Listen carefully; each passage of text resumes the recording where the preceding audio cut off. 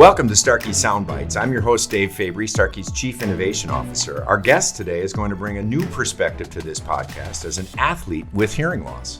Tyson Gillies is a retired baseball player who recently made his debut on Team Canada's deaf hockey team in the Olympics. And also, I think, many people don't realize that you won a gold medal in the Pan Am Games with Canada in 2015 when they were played in Toronto. So you're an Olympian several times over here and in multiple sports. And I think that alone is testimony to your athleticism.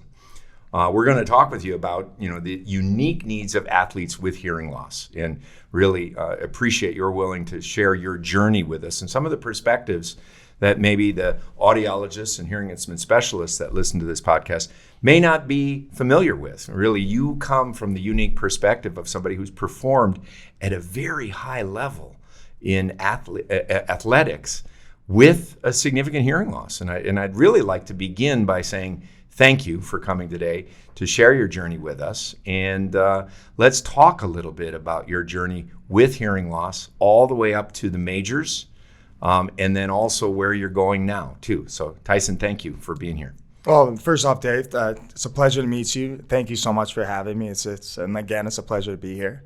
And I'm definitely happy to be here and love to tell my story and teach people about the environment we live in the deaf and hard of hearing community, and anything I can do to help to spread awareness and, give these kids a dream like I had a dream as a kid and show them that this dream can really become a reality. Excellent. Well, let's go back to the beginning and talk a little bit. You're Canadian and born in BC, one of my favorite places on the planet. I've had the opportunity. I had a buddy that taught in Edmonton, and a very memorable trip that I took on a motorcycle to see him. And then we came down the backside in Jasper, Banff, into the Okanagan Valley. Oh, amazing. Yeah, wine country.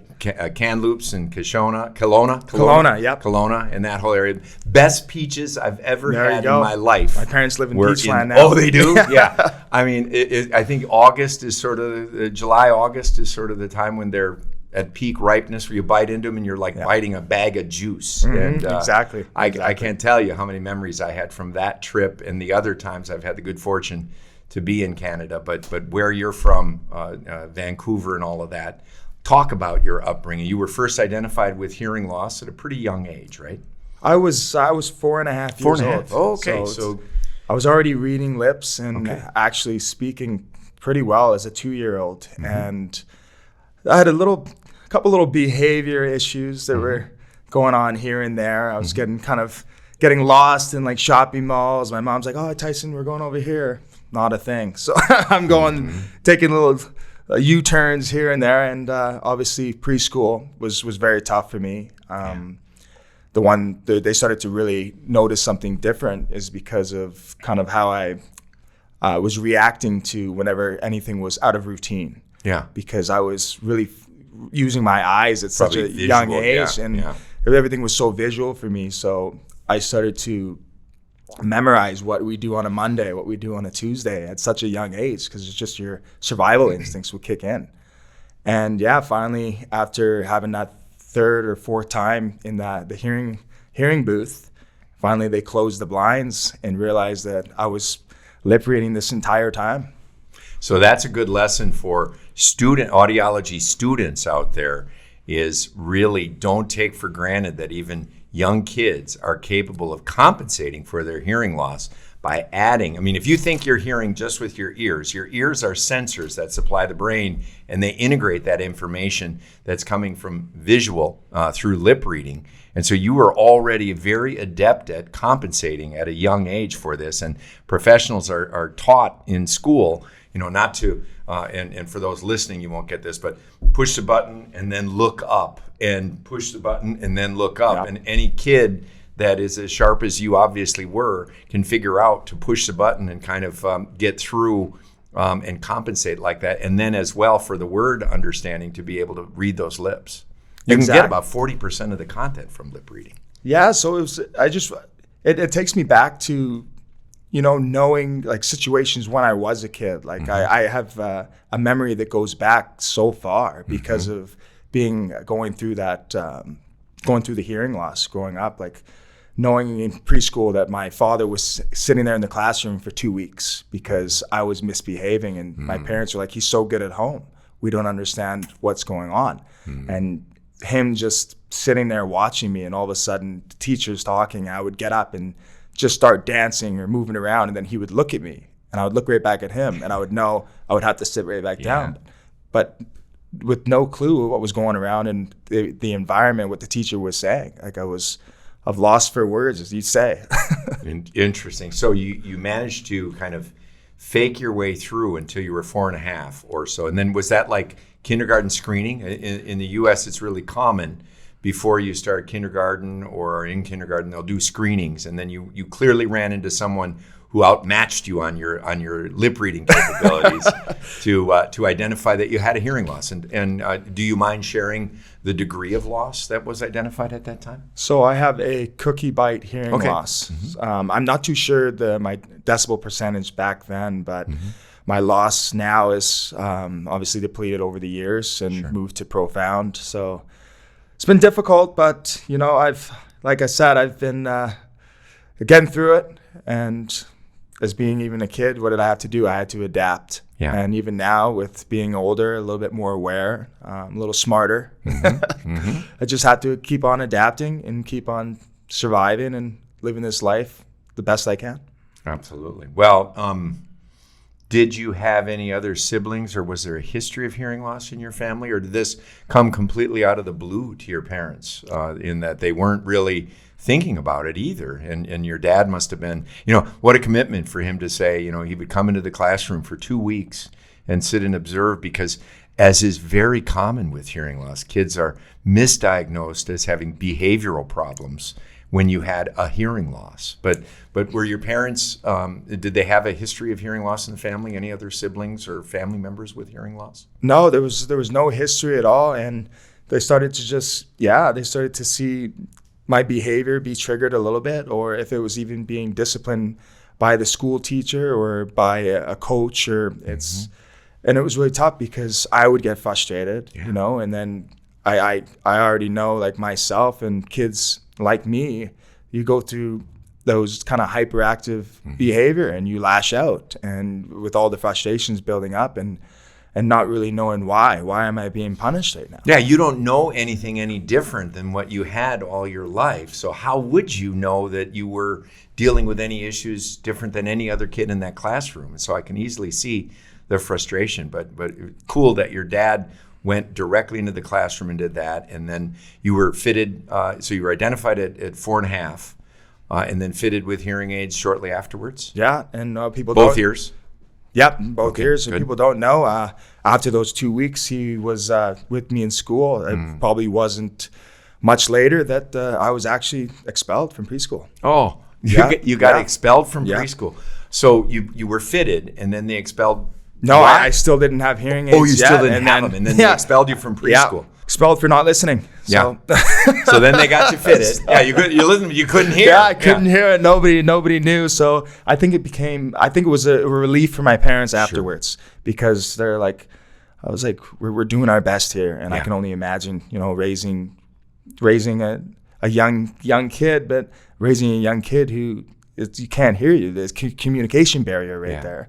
So I think it came a little bit of a relief to them as well, to know, like, to put a diagnosis on it, and this is the reason, and then be able to say, okay, now we have to go from here.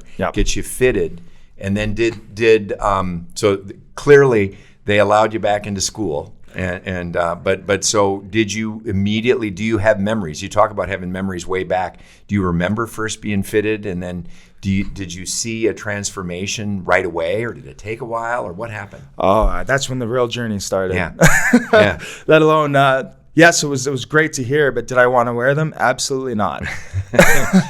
So I think...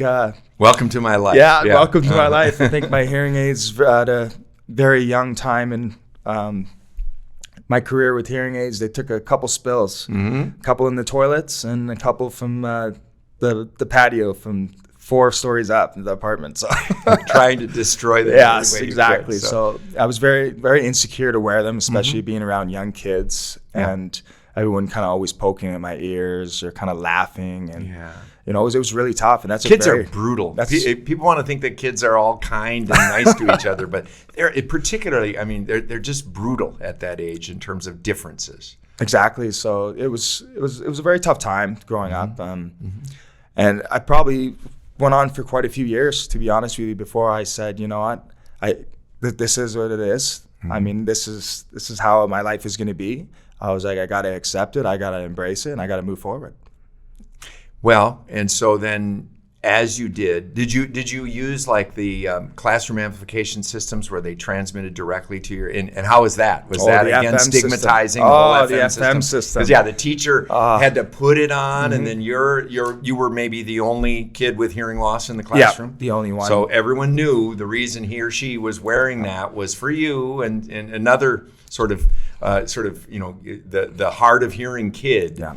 In the classroom. So I hear this a lot, in the stigmatizing aspect of that. So it was just like another, here we go again, all eyes on me. And every question, why are you wearing that? Why are you wearing that? Oh, it's for him. It's for him. And it's just like over and over, just getting I always remembering it was always like a means for kids to kind of like call me out or, single me out. And it was very difficult. But like I said, when I started to embrace it, when I started to accept it, and I started to kind of make jokes, throw myself under the bus, and kind of just laugh with the kids and everything, that's when everyone truly started to ask me questions about hearing, get interested in it, and really started to feel accepted. Yeah. And, I understand what it's like as a kid, and you're out there, you're trying to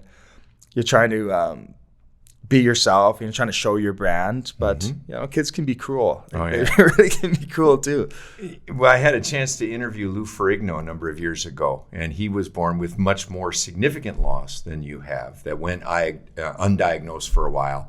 He compensated for his hearing loss he always idolized superheroes, and he clearly put that effort into making his body bigger so that when kids picked on him, that he could take care of things. Did you have any sort of bent towards that? Because clearly, I've seen your Instagram page, and you've managed to build yourself up as a professional athlete. Did that factor in at all? That this was the way you could, work hard to be bigger and buffer than everyone? Absolutely. I mean, that was the biggest thing. I needed them to talk about something else. I needed them to overlook the hearing loss, to not think that I was a liability on the field or on the ice. So it wasn't just, Tyson Gillies, he's got some pretty good skill set, but you know what if a ball gets hit into the right field gap? Is he going to run into our center fielder or right fielder? And I kind of made them talk about something else. Tyson Gillies, there he is again, working hard. Same old. So it started to just really mask, what they had to talk about. And that was my goal always, and I still, in life, still to this day. I mean, the work ethic's always been there, and it has to be there. So every kid in Canada grows up to want to be a baseball player. No, I think of hockey player it's the national sport. So talk a little bit about, did you play both? Did you find baseball and hockey at the same time? Which did you find first? How did you balance it? How did it help you take the focus off of your hearing onto your athleticism? So funny enough, I grew up playing hockey. I started hockey at 5, and I didn't start baseball till 11. So baseball was just something to do in the summer while I was waiting around for hockey season. Just to stay in shape. It was my first, keep your activity going. Things. It was really hockey was my first love. It always has been, even till this day. And baseball just complemented the hockey so well, and I started to grow with it. And I got picked up at 15 to leave home for baseball. And at the time, I felt like I would have a better opportunity to get a college scholarship, go to the States, travel the world a little bit. And so I took it. Certainly have done that too. I gotta believe that in the minor leagues in baseball, I think of all of the sports, well, probably hockey too. You end up moving a lot as you're progressing through. How did that? How was that for you? Did you embrace it in terms of, like you said, opportunity to see Canada, the U.S., to see the world a little bit, or did you sort of, do you like the moving around like that, or was that something you sort of took as a burden, as a necessary part of the journey? I mean, I loved it. Up until last year, I was living out of a suitcase for 16 years. Yeah. And moving town to town, city to city, and being with Team Canada for baseball and traveling the world and seeing different countries and the international scale. Yeah. It was some of the best moments of my life. I met some of the most amazing people that you form a bond with, because you have to survive with each other going up into a sport, and you can be 16, 17, 18 years old and trying to survive financially as well, and having to take care of each other. Like, being in the minor leagues, we don't really make a lot of money, so we're sitting there in a 3-bedroom apartment with 6 teammates, an air mattress beside could be my teammate from Nicaragua, could be my teammate from Cuba. It's just you start to meet so many people, and you start to learn the different cultures of the world, and I've found so much value in that, and I think it's really shaped me as an individual today. No question. I think, I always say that the thing that will keep us from trying to destroy each other from around the world is to break bread with people from around the world, to understand that basically they're looking out for the same things as you are. And It's really when we only read the news or the high level that's where we see the conflict in many cases. Now, obviously, there are exceptions to that, but I think that ability with Team Canada to see the world and to interface with athletes all over the world is one thing. And then I think as well on the baseball side, you made it to the majors first with Seattle, right? All the way up to the bigs. I spent my furthest I got with Seattle was the exhibition series in Las Vegas in 2009. Okay. And while I was with the Phillies, I was on the major league roster for most of 4 out of the 5 years I was there. Okay. And with injuries plaguing on my shoulder and my foot, I was just scratching the surface right there, and I couldn't stay healthy to get on the field. But at the same time, I got to experience everything, the World Baseball Classic, got to experience international baseball, playing in the Pan Olympics two separate times with the gold and silver medal. And now I want to switch over to my first love and hope to get to the opportunity to play with the Deaf Olympics in hockey in 2024. Yeah, that's awesome. And so before we pivot to hockey, talk a little bit about your hearing loss and how that impacted you on the baseball field. What sorts of things did it challenge for you? And did your hearing loss and your lip reading capability give you a better ability to steal signs? Well, I would have to say that pitchers started to kind of know. Yeah. So you see that pitching coach interaction there. They made sure to cover their mouths when I was on the dugout. Yeah. But it was actually very tough too.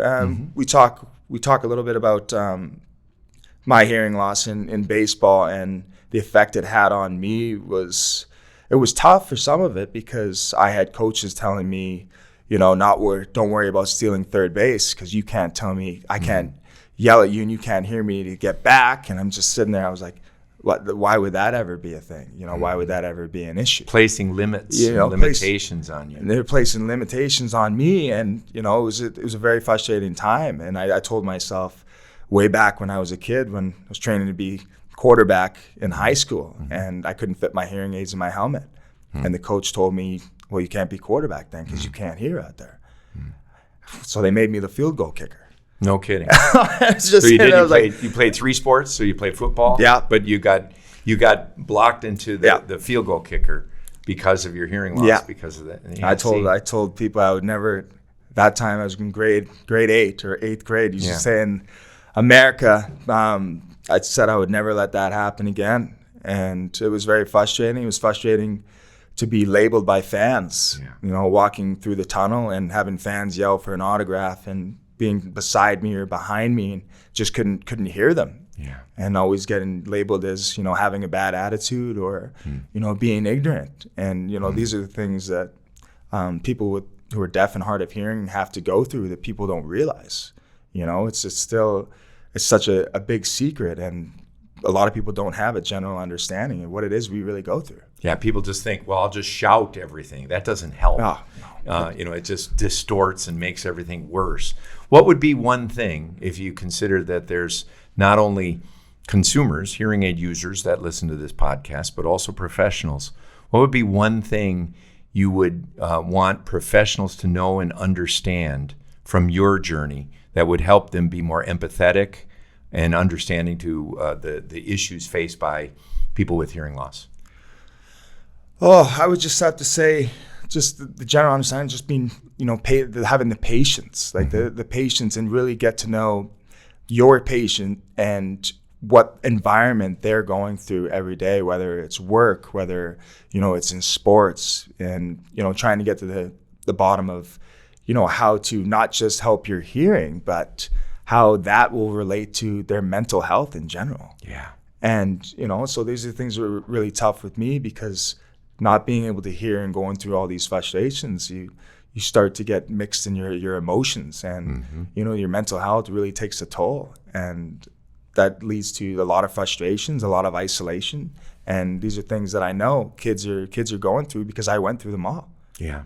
And even nowadays, I'm 33 years old now, and I'm still learning so much in this world, and I'm still, trying to just get through some days as well. Like it's not, the grass isn't always green all the time. The sky's not always blue, but I'm trying to figure it out and trying to adapt just like everybody else.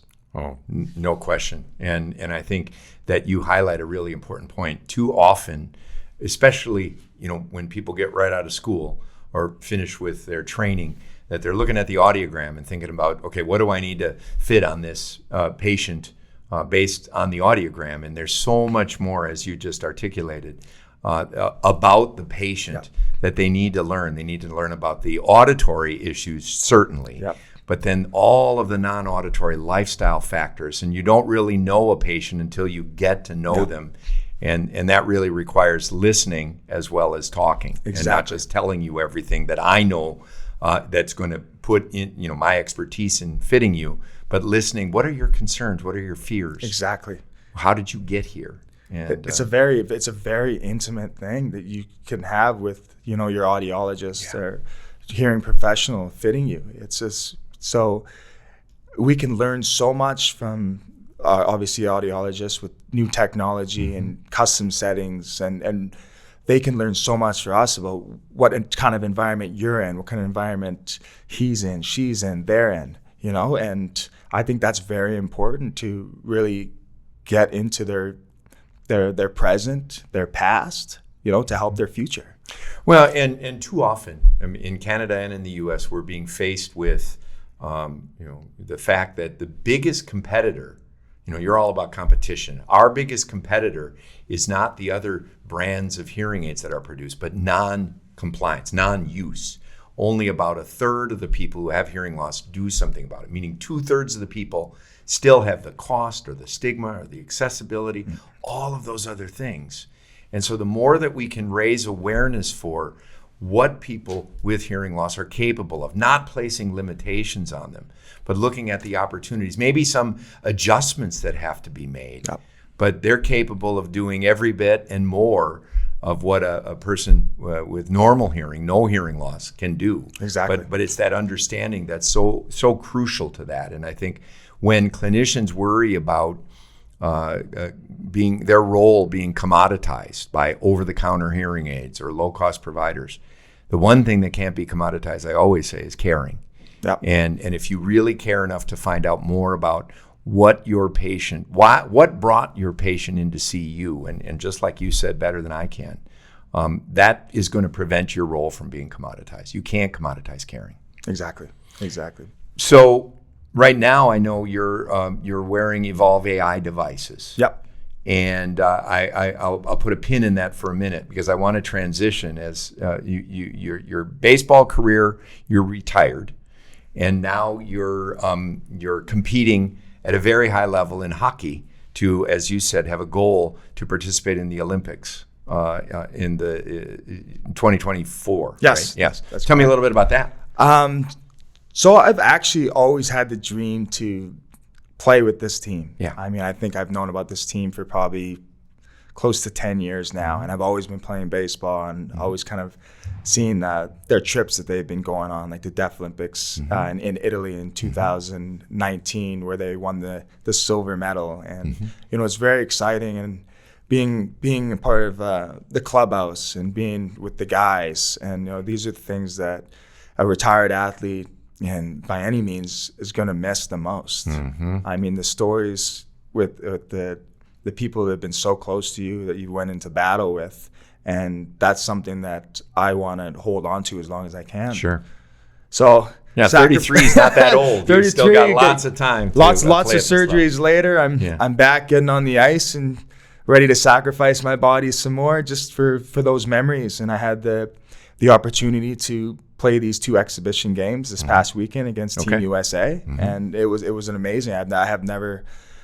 It's been a long time since I felt that alive, and awesome. It's the first time I've actually been in a room with people deaf and hard of hearing like myself who play sports. It's the first time it's ever happened, and to see the way those guys carried themselves and the way they take care of each other and how accepting and welcoming they were for me as a 33-year-old rookie coming into the clubhouse. The youngest kid at 17, the oldest guy right here. And just how amazing they took me under their wing and taught me about, hockey and teaching me a sport that I haven't played in 17 years. Wow. What position are you playing? I was playing left wing. Left wing. Okay. Fantastic. Well, we'll look forward to seeing that as you continue your journey towards the Deaf Olympics in 2024. Where are they? I believe they're either in Quebec or at Portland. Awesome. I think they're trying to make the decision now. Awesome. That's great. Well, let's talk a little bit. So you're wearing now. You've had multiple sets of hearing aids, I'm sure, over your lifetime since you were fit. Now, some nearly 30 years ago. So how has the technology changed from your first set of devices to your Evolve AI ones? Oh, it's been you can't even compare to the old hearing aids back in the day to now. I mean, this sound quality in general, and being able to hear that R I couldn't hear before, that TH sound, and it's allowed my mind to roll and be able to put together a sentence and the topic of what we've been talking about, and be able to come back and be a part of a conversation. And that's huge, and especially now with all the features that have been so amazing for my everyday life, as far as being in the Thrive app and having the activity tracker. I mean, you like the activity tracker? It's been amazing. For my calories and my total steps in a day, to being the best healthable hearing aid on the market that you can get, as far as making sure that you're interacting with people, you're putting yourself out there, you're engaging in conversation, you're trying to grow as a person. Yeah. Now, are you fluent in both English and French? Just English. Just English. Yeah, so have you used the translation feature at all? That's what I was going to get to next, as far as my love to travel the world. I've actually, playing in Quebec City, I've used the translation, and I can't wait to travel the world even more and try it out in all different countries. I mean, I think that would be my goal, to go about 27 of them on the list right now. Awesome. That's fantastic. Well, and we have the ability, as you said, to have the tracking, to be able to track your physical activity, your exercise, your steps. And as someone who's easily gamified, I like to fill those buckets up and get that maximum score every day. One of the other things we talk about is the reminder feature, where you can set reminders. And, we typically talk about this in terms of medication reminders for older people. But for someone like yourself, you can remind yourself of appointments or places where you have to be and things, and you can set up a daily, weekly, monthly, or even an annual reminder so you don't forget anyone's birthdays and things like that. Have you used the reminder feature at all? Oh, I mean, it gets me through my week, especially very busy with the youth baseball and training the kids all the time, to know that I have to be on the field at this time. I have a private instruction hitting lesson at this time. Oh, I got to take some time for myself at this time. And so, it's been really amazing. It's been very accommodating and very convenient. Yeah, it's something that a lot of people think of, that's just for older people. And I think the use cases for all of these features really transcend age.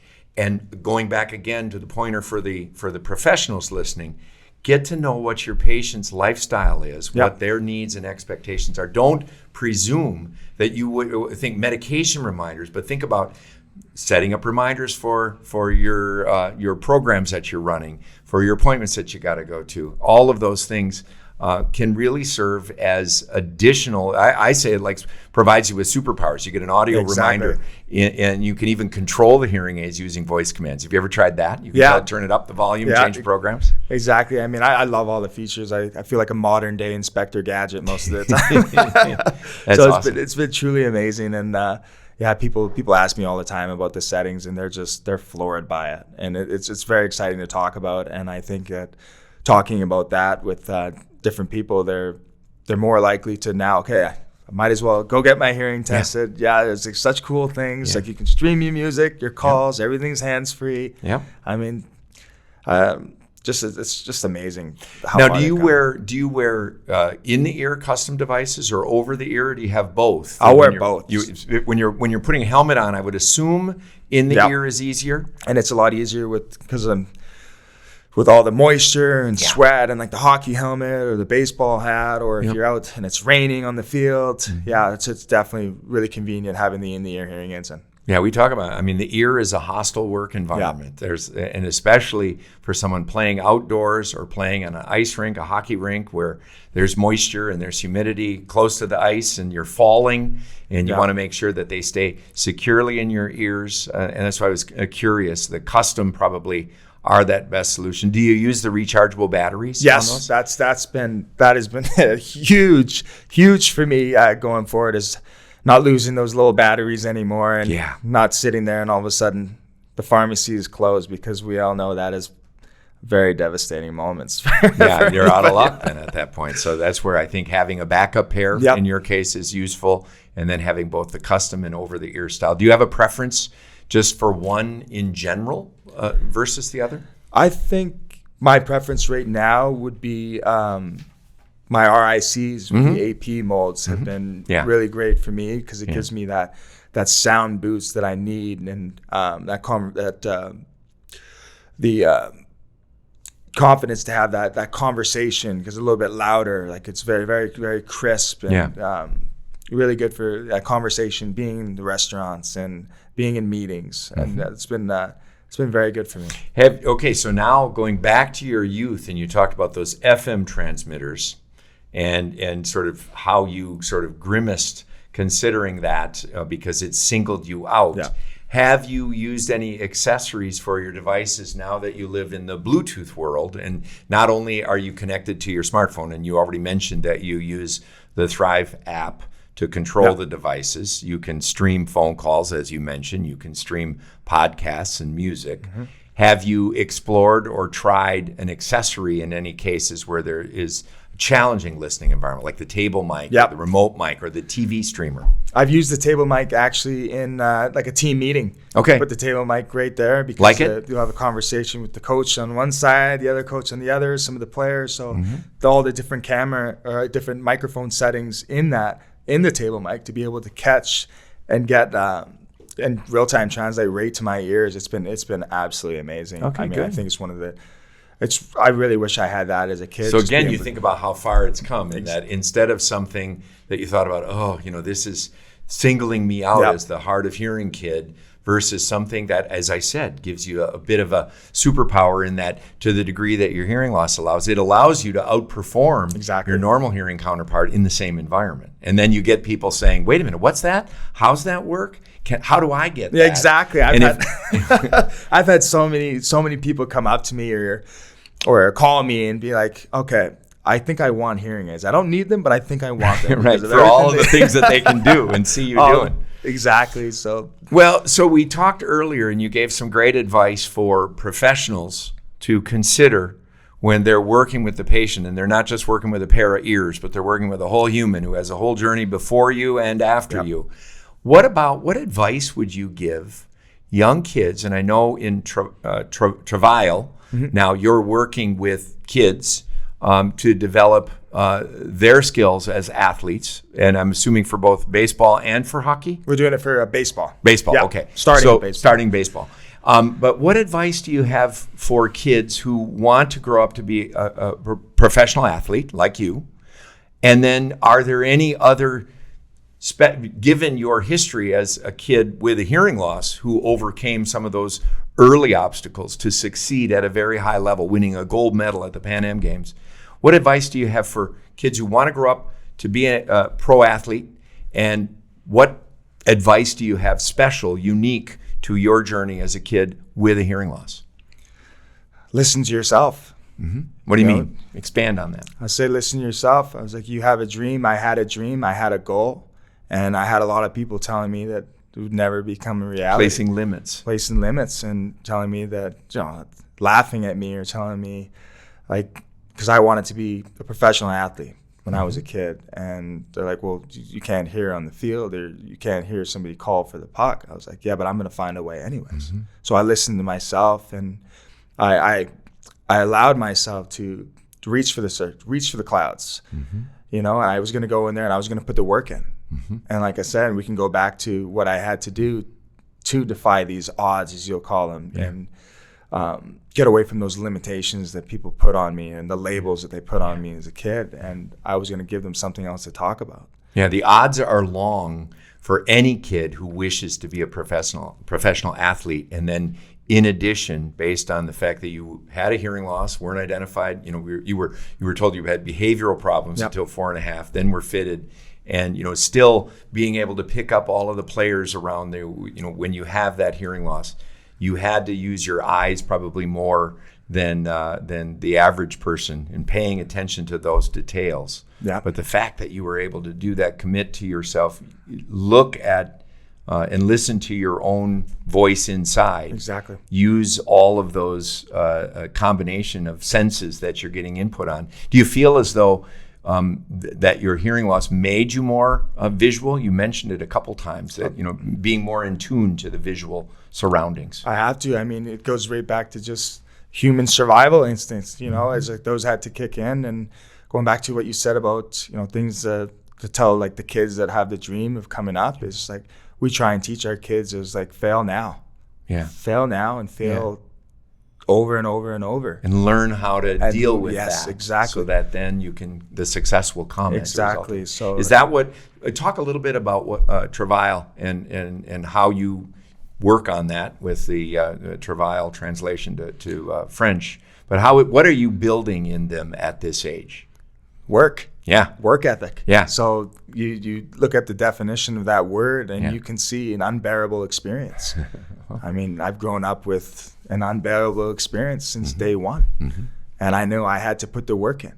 So my business partner, Michael Krause, and myself, we both went through, it's kind of tough upbringings when it came to that. And so we teach our kids about failure, about sacrifice, because you got to build a certain threshold to be able to survive in sports, and not even in sports. Sports is second. Yeah. We're building character. Yeah. And these young men and women, and we're trying to get them ready for the real world. Yeah. Sports is just a plus. Yeah. John Maxwell says the dream is free, but the journey is not. Exactly. And when you think about that journey to professional, to the professional level, seen, where they talk about 10,000 hours at a minimum is what you have to invest in perfecting your craft, no matter whether it's music or sports or anything else, academics. You got to put 10,000 hours in, and everyone thinks about the dream from here to there, but it's that work that comes in between that is essential to that goal. Exactly. You hit it right on. So that's great what you're modeling for these young kids. And have you had any prospects? I know you've been doing this for about 3.5 years, right? Any prospects yet that you see really don't name any names, because by doing that, you're putting lids on the other kid. But have you seen any that really have promise that may be able to indeed achieve their dream as long as those odds are? Yeah, I mean, we do. We cool. See it every day. We see these young kids, and we handle kids anywhere from 5 to 18, 19. It's awesome. And we start to see these kids that have a high ceiling. And now we hope they can grow with us, because they're teaching us so much every day about ourselves and about, their lives and what they have to go through. And, it's been such an awesome interaction and an awesome exchange altogether. Well, I appreciate your sharing this time with us today. And for the last couple minutes, I want to do a bit of what's become a tradition. We talk about this podcast as focusing on hearing better and living better. And sound is sort of the central theme. And as somebody that has achieved great success in multiple sports now, what favorite sounds do you have that you think of in the world, whether it's in the sporting world or in your family or in any other area? In the wilderness, you've grown up in a great part of the world where there's a great wilderness there. But what are some of your favorite sounds? Oh, you won't believe this one. I will. I kind of have this obsession with bagpipes. I love listening to bagpipes. Wow, and for me, it's sort of like you go to heaven and here's your harp, you go to hell and here's your bagpipe. Nothing kind of gets the adrenaline going and gets me more excited than awesome. Listening to bagpipes. So where did that come from? I honestly, I'm not even too sure. That's cool. I think the first time I kind of heard bagpipes, I just loved like that sound and kind of how I hear that sound, which could be a lot different than how everybody else hears that sound. Well, you've just given me inspiration. So your walk-in music could be AC/DC, Long Way to the Top, which fits with Travai, and there's a big bagpipe role in that song. So that's cool. So how about, so one other thing that I want to ask, again, specifically for you as somebody with a hearing loss who's looked at taking limitations away, favorite movie? Because one of the things that I think about is, to date, we're starting to see more and more movies. In the past, whenever there was a movie with someone who was a hearing aid user or a cochlear implant user, that element, the hearing aid or the hearing loss or the implant, was always a part of the plot. A Quiet Place, Mr. Holland's Opus, those kinds of things, Coda. But we're starting to see movies that can feature, my dream is to have someone with hearing aids or a cochlear implant that's in the movie, and that the plot doesn't factor in at all to the fact that this person happens to have a hearing loss or a hearing aid.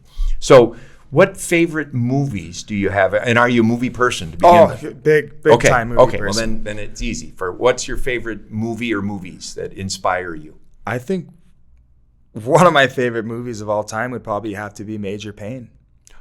And there actually is somebody in the movie deaf and hard of hearing. Okay, we didn't plan this out in advance, so that's interesting. And so, I think the goal is really just to get this to society where we remove that stigma, we recognize the importance of hearing aids and hearing loss offsetting. Just like, some people take medication for blood pressure, other people have to wear glasses, and hearing aids should just become a part of the landscape and without placing limitations. It pains me to hear, even a man as young as you, 33, that you were told, well, you can't do this because you have a hearing loss. And so, I can't tell you how inspirational it is to have you here today sharing your story with us. And I wish you all of the best in the future, and I'll look forward to seeing you in the Deaf Olympics in 2024. I hope so too. Hey, it's been an absolute pleasure, Dave. Thank you so much for having me. Oh, it's my pleasure. So to our listeners, thank you for listening to this episode of Starkey Sound Bites. If you enjoyed this conversation, please rate and review us on your preferred podcast platform. And you can also follow us by hitting subscribe to be sure you don't miss a single episode. We'll see and hear you next time.